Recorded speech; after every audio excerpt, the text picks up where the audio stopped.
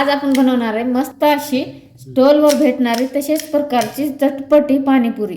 तर पाणीपुरी ह्या व्हिडिओमध्ये आपण पूर्ण अशी डिटेलमध्ये, थोडासा व्हिडिओ मोठा होणार आहे पण पाणीपुरीचे खूप सारे स्टेप आहेत ना त्याच्यामुळे, तर व्हिडिओ पूर्ण शेवटपर्यंत नक्की बघा।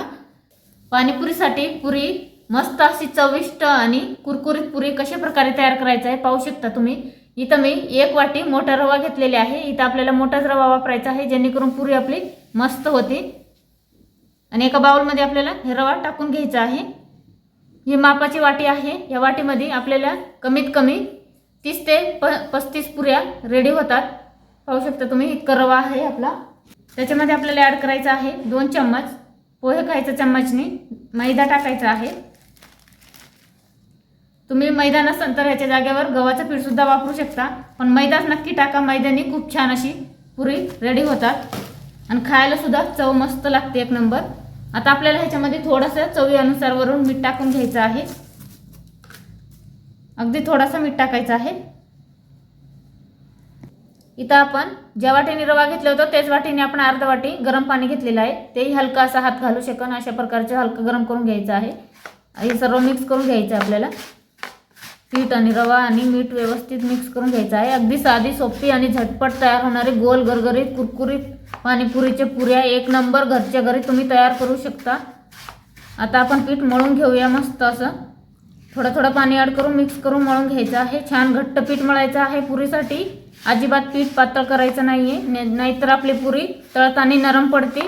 त्यामुळे आपल्याला इथं घट्टच पीठ तयार करायचं आहे।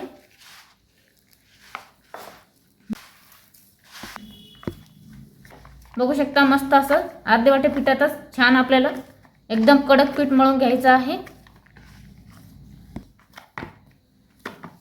पाहू शकता पीठ आपलं रेडी झालेलं आहे। आता आपण एक 15 मिनिटासाठी रेस्ट करायला ठेवूया जेणेकरून आपला रवा छान असं मऊसूर होईल। वरती प्लेट ठेवायचा आहे आणि 15 मिनिटासाठी रेस्ट करायला ठेवून देऊया। आपल्या पिठाला 15 मिनिटं झालेले आहे। आता पाहूया। पाहू शकता पीठ छान मऊ झालंय आपलं। रवा सुद्धा मस्त असं भिजलेला आहे। आता आपल्याला पीठ चांगलं मळून घ्यायचं आहे। इथं आपण पोळपटवरच मळून घेऊया।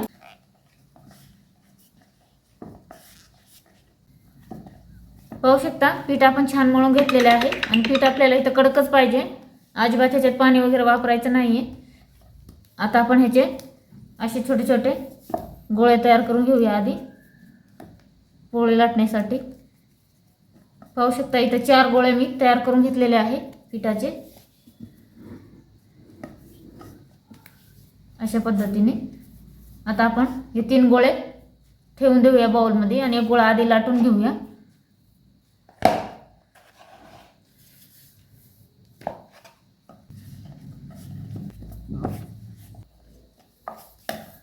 पाहू शकता असा गोल हुंडा करून आपल्याला लाटून घ्यायचं आहे पीठ।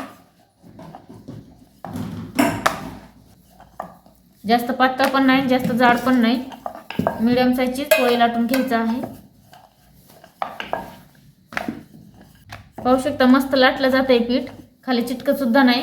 आणि इथं आपल्याला सुकं पीठ वगैरे अजिबात वापरायचं नाहीये जेणेकरून पुरी आपण तळू ना तेव्हा तेलामध्ये पण सगळं पीठ खराब होतं तेल। त्यामुळे अशाच प्रकारे आपल्याला लाटून घ्यायचं आहे।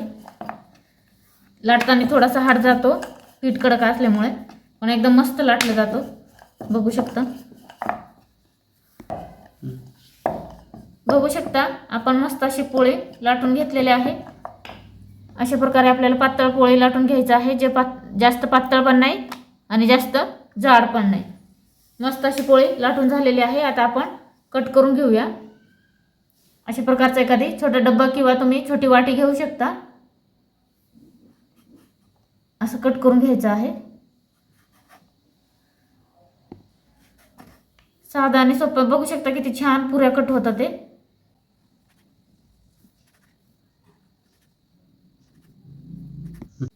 एक एक पुरी जर आपण सेपरेट लाटायला गेलं तर व्यवस्थित लाटली जात नाही, कारण पुऱ्या वाकडे तिकडे होतात। अशा पद्धतीने एकच पोळी लाटून तुम्ही एकदाच सर्व पुऱ्या काढू शकता। वेगवेगळे एक एक पुऱ्या लाटण्यापेक्षा अशा प्रकारे एकच मोठी पोळी लाटून छान असे छोटे छोटे पुऱ्या एका वाटीच्या साहाय्याने कट करून घेऊ शकता तुम्ही। आपण सर्व आता पुऱ्या काढून घेऊया. हे कट केलेले बघू शकता किती छान निघालेले. तळ्यासाठी रेडी आहे आपल्या पुऱ्या.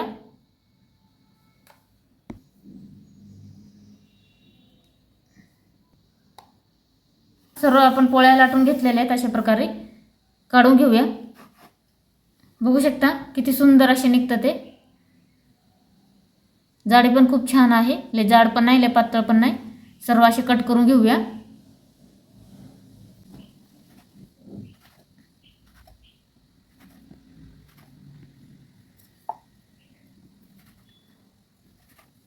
सर्व पुऱ्या आपण मस्त असे बनवून घेतलेले आहे. बघू शकता.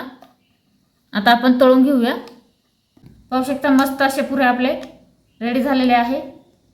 एकच नंबर. अशा पद्धतीने तुम्ही सुद्धा नक्की बनवा मस्त असे पुऱ्या. आता आपण तळून घेऊया.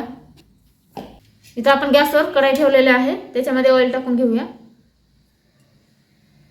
कढई आपली गरम झाली आहे. जेवढे पुऱ्या तळता येईल तेवढंच आपल्याला ऑइल टाकायचं आहे. इथं आपलं ऑइल गरम झालं आहे. ऑइल चांगलं कडक गरम करायचं आहे आपल्याला, जेणेकरून पुऱ्या आपले चांगले कडक होईल. जर तेल जास्त गरम नाही झालं तर पुऱ्या आपले नरम पडतात. त्यामुळे जास्त गरम करायचं आहे तेल आधी.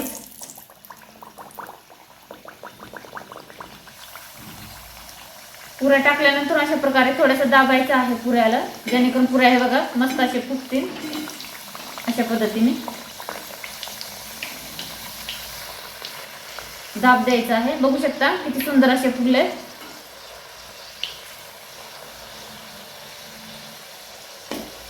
असे दोन्हीकडून आलटून पलटून छान गोल्डन कलर येईपर्यंत तळून घ्यायचं आहे.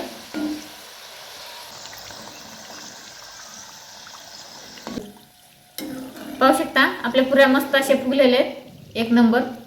किती सुंदर पुऱ्या तयार झालेत. आता आपण एका प्लेटीत काढून घेऊया साईडला. तळून झालेले आहेत. अशा प्रकारे गोल्डन कलर येईपर्यंत तळून घ्यायचं आहे सर्व पुऱ्या.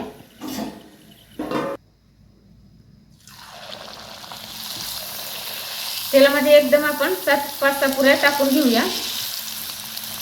पाहू शकता आपाप पुऱ्या तळून मस्त असे फुगतात ते. एक नंबर.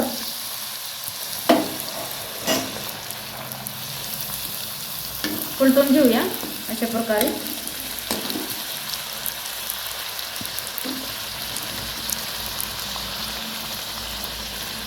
दोन्हीकडून आलटून पलटून तळून घेऊया.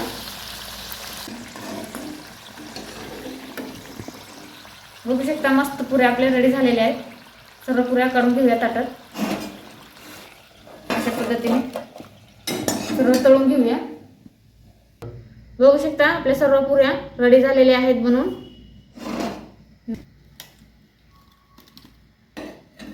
आपण 1 वाटी रव्यामध्ये आणि 2 चम्मच पिठामध्ये बघू शकता तुम्ही किती पुऱ्या रेडी झाले. कमीत कमी 40 ते 50 पुऱ्या आपल्या रेडी झालेल्या आहेत. पाहू शकता एक मोठी ताट भरून. आता खाण्यासाठी पण मस्त आहे. तुम्ही सुद्धा अशा प्रकारे घरी बनवून एन्जॉय करू शकता. पाहू शकता किती मस्त पुऱ्या आपण घरच्या घरी तयार केलेले आहे. तर तुम्हाला हा पुरीचा व्हिडिओ कसा वाटला नक्की कमेंट करून कळवा. पाहू शकता किती कुरकुरीत झालेला आहे. अशा प्रकारे तुम्ही सुद्धा नक्की बनवा. एक नंबर आपल्या पुऱ्या रेडी झालेल्या आहेत. तुम्हाला कसा वाटला व्हिडिओ नक्की कमेंट करून कळवा. व्हिडिओ आवडला असेल तर लाईक शेअर आणि फॉलो करायला विसरू नका. बाय.